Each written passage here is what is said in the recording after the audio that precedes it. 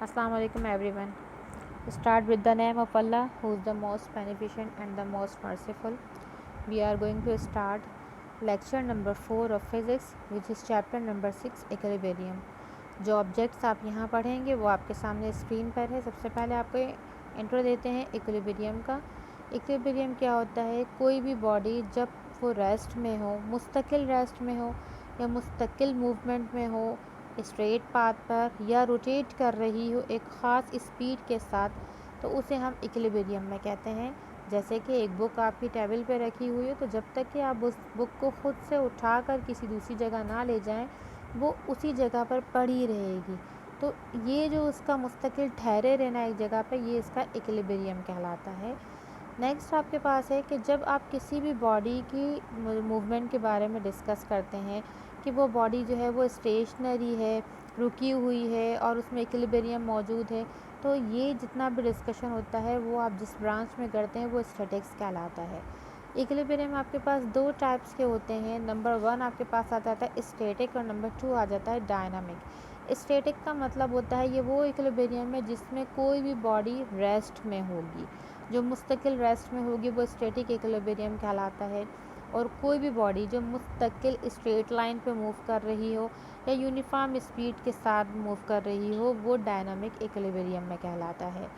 Next आपके पास topics आ जाते हैं। इसमें कुछ आपके पास यहाँ है, लाइक पैरेलल फोर्सेस है, अनलाइक पैरेलल फोर्सेस है। ये छोटी छोटी सी टर्म्स है, छोटी छोटी सी डेफिनेशंस हैं जो इस चैप्टर में से आती हैं, वो आपको बताते हैं कि ये क्या है। लाइक पैरेलल फोर्सेस क्या होती हैं? Parallel forces which act in the same direction is called the like parallel forces. Means ये है कि जो ऑब्जेक्ट जिस पर आपने फोर्स अप्लाई की है वो उसी डायरेक्शन में अगर मूव कर रहा होता है तो वो उसकी लाइक पैरेलल फोर्सेस कहलाती हैं, क्योंकि जो उसकी फ़ोर्स ऑफ अट्रैक्शन है या फोर्स ऑफ मूवमेंट है वो उस ऑब्जेक्ट को उसी डायरेक्शन में लेकर जा रही है जिस डायरेक्शन में उस पर फोर्स अप्लाई की जा रही है, तो वो लाइक पैरेलल फोर्सेस कहलाती हैं। अनलाइक पैरेलल फोर्सेस क्या होती हैं? Parallel forces which acts in opposite direction are called the unlike parallel forces. अब अनलाइक पैरेलल फोर्सेस कौन सी फोर्सेस होती हैं? ये वो फोर्सेस होती हैं जो आप अप्लाई कर रहे हो लेकिन वो ऑपोजिट डायरेक्शन में हो। मीन्स आप किसी ऑब्जेक्ट को मूव करवा रहे हैं फॉरवर्ड और वो बैकवर्ड मूव हो रहा हो, तो ऐसी फोर्सेस को हम कहते हैं कि ये अनलाइक पैरेलल फोर्सेस कहलाएंगी। अब आपके पास नेक्स्ट टॉपिक आ जाता है टॉर्क। टॉर्क क्या होता है? The turning effect of the force is called the torque और मोमेंट ऑफ अ फोर्स। ठीक है जी। मोमेंट का मतलब हम ये लेते हैं कि जैसे आप बाजू कहते हैं, फोर्स का बाजू, ठीक है ना, यानी फोर्स को ठहराने वाली कोई चीज़। तो मोमेंट या टॉर्क हम किसे कहते हैं? ये वो है the capability of force to rotate body about a point is called torque. कि किसी एक फिक्स्ड पॉइंट पर जब आप किसी ऑब्जेक्ट को रोटेट करने में मदद दे रहे होते हैं, यानी जो फोर्स आप उस पर अप्लाई कर रहे हो उस फोर्स की वजह से वो एक ही फिक्स्ड पोजीशन से आगे पीछे मूव कर रहा हो, ऐसी फोर्सेस को हम टॉर्क कहते हैं। तो टॉर्क के बारे में आपको यहाँ एक्सप्लेन कर देते हैं। जैसे हमारे घर के डोर होते हैं या हमारा फ्रिज डोर होता है, आपने देखा होगा फ्रिज का डोर एक साइड से अटैच होता है और आप दूसरी तरफ से उसका हैंडल पकड़ के उससे ओपन करते हैं। हम इसकी डेफिनेशन ये भी कह सकते हैं the turning effect of the force apply करने की वजह से किसी भी ऑब्जेक्ट में जो टर्न पैदा आ रहा होता है, टर्न जो आ रहा होता है वो उसकी टॉर्क कहलाती है। जैसे कि जब आप अलमारी का डोर खोलते हैं, फ्रिज का डोर खोलते हैं, अपने घर का डोर खोलते हैं, तो वो खोलने से क्या होगा, आप उसको एक तरफ से पकड़ के फोर्स उस पर अप्लाई कर रहे होते हैं और जब आप खोलते हैं तो वो दरवाज़ा जो भी है वो किस तरह से खुलता है, टर्न होके खुल रहा होता है, एक सर्कुलर मोशन बना रहा होता है, ये उसका टॉर्क कहलाता है। और टॉर्क आपके पास वेक्टर क्वांटिटी होती है। मींस ये है कि इसका मैग्नीट्यूड भी होता है और इसकी डायरेक्शन भी होती है। अच्छा जी, ये जो है आपके पास प्रोडक्ट भी कहलाता है, फोर्स एंड मोमेंट आर्म का जो है प्रोडक्ट भी कहलाता है।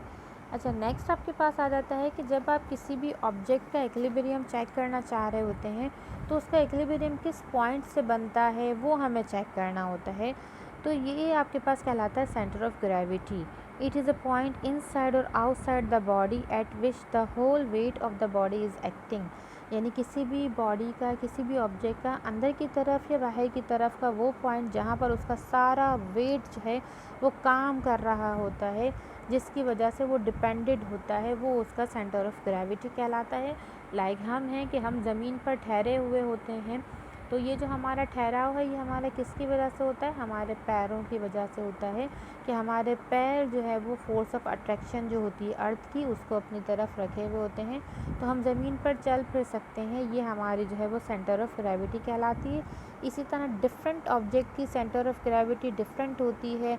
जैसे यूनिफॉर्म रोड है, आपके पास एक रॉड है, उसकी जो सेंटर ऑफ ग्रेविटी है वो रॉड का सेंटर होगा, ठीक है। या कोई आप स्केल ले लें तो उसकी सेंटर ऑफ ग्रेविटी उस स्केल का सेंटर पॉइंट होगा।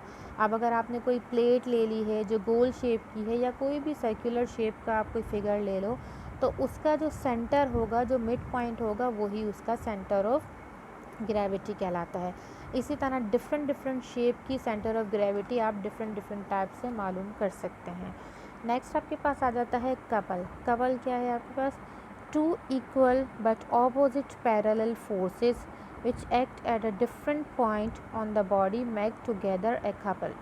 आपसे कहते हैं कि कपल क्या होता है, ये दो ऑपोजिट पैरेलल फोर्सेस होती हैं। मीन्स आपने दो पैरेलल फोर्सेस को ले लिया, लेकिन वो पैरेलल फोर्सेस एक दूसरे के ऑपोजिट होंगी, लेकिन वो दोनों अलग अलग पॉइंट से एक ही बॉडी पर एक्ट कर रही हों।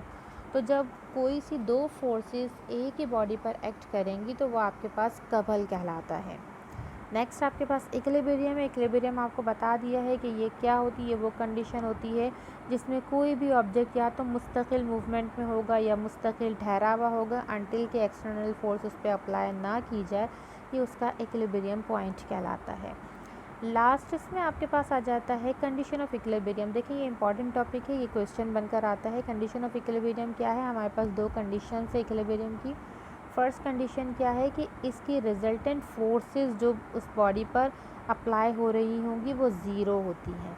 मींस आप हर तरफ से जितनी भी फोर्सेस उस पर अप्लाई हो रही है, हॉरिजॉन्टली वर्टिकली जो फोर्सेस उस पर अप्लाई हो रही हैं, उन सब फोर्सेस का सम ज़ीरो होगा। सम मतलब उसका समीशन, यानी उन सबको जब आप ऐड कर दोगे वो ज़ीरो के इक्वल आएगा। मींस उस पर कोई फोर्स अप्लाई ही नहीं हो रही, तो वो आपके पास इक्विलिब्रियम में होगा। नेक्स्ट क्या है इसका, सेकेंड कंडीशन है the resultant of all torque acting on a body should be zero. देखिए जो उस बॉडी पर एक्ट करने वाला टॉर्क है, जितनी भी तरह के टॉर्क हो, हॉरिजॉन्टल वर्टिकल, जो भी टॉर्क उस बॉडी पर अप्लाई हो रहा है वो ज़ीरो हो। मीन्स है कि उस पर कोई टॉर्क भी अप्लाई ना हो रहा हो, तो वो इक्विलिब्रियम कंडीशन में कहलाती है।